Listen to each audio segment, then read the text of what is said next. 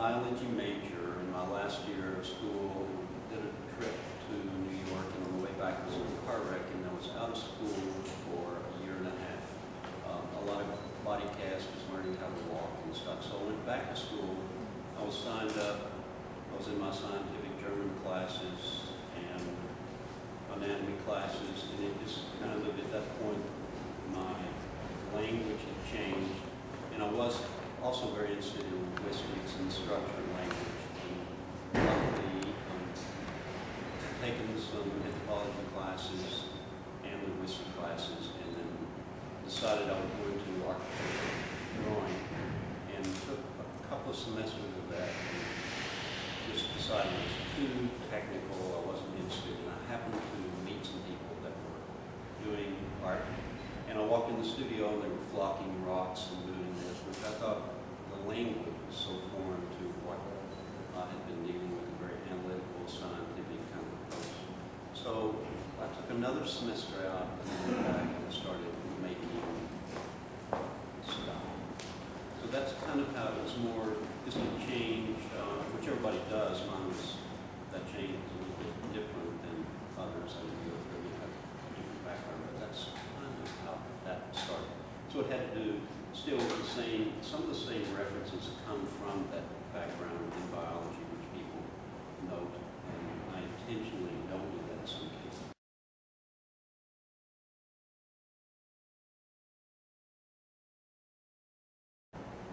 Well, I think, and I'm not a good one, but if you're a good teacher, then you set situations up where they're allowed to fail. I mean, that's part of it. You can go in and you could structure and have them do exactly, but if you put them in a situation where they're awkward and you let them know that especially in this particular material, there's going to be failure.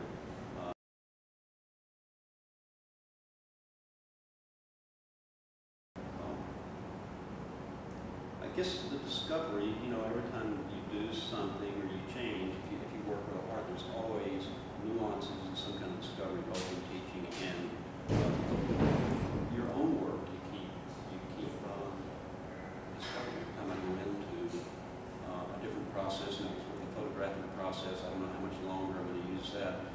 One, it's expensive, and if I could, you know, I have some different ideas, and as I'm going through this, I'm continually changing the way I'm using it. It's become less important in some cases, and more you see less of the image. So it's just the change and discovery.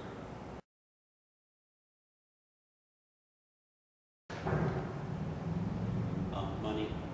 Making more money. Okay, sure. The most rewarding would be, again, just having, you know, to see, you're not really in control, but see how you resolve things and how it comes out. It's always, you know, it's just experientially, it's wonderful because you never know in a data sense when you're working or seeing, and this is all compounded the way I see the world, period.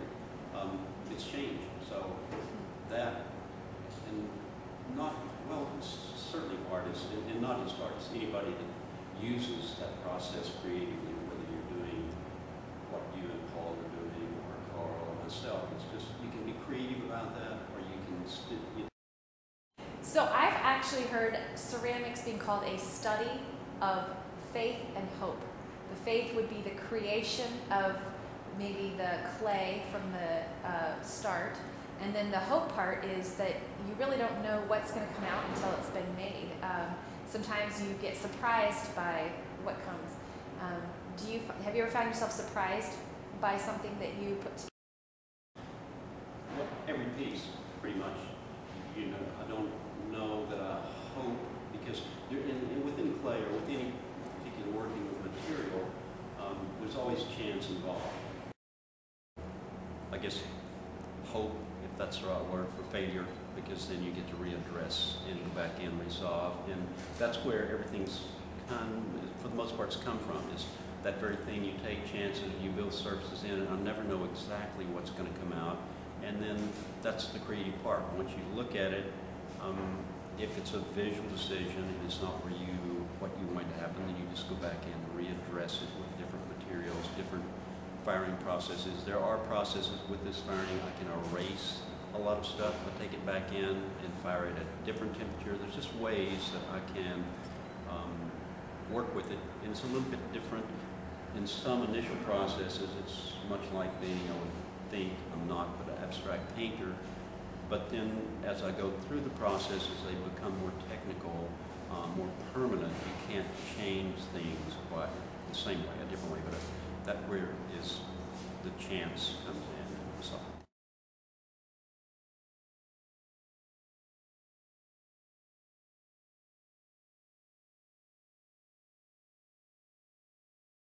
Yes, always, and that's something we did talk a little bit about language and you study, and everybody sees it differently, and that's not something that I can or anybody controls, and you expect that, and hopefully that's what it's about. It's not necessarily like you see a fish in a cloud and that sort of thing, but still everybody brings something, and you can never control that unless you're manipulating specifically in an environment where you're taking people and walking them through it, or they deal with steam or something where you're doing that. But to look at an organic shape like this, it's going to be, hopefully it addresses different things for different people, and they see different things. And yes, I guess I'd have to say I'm always happily surprised and curious.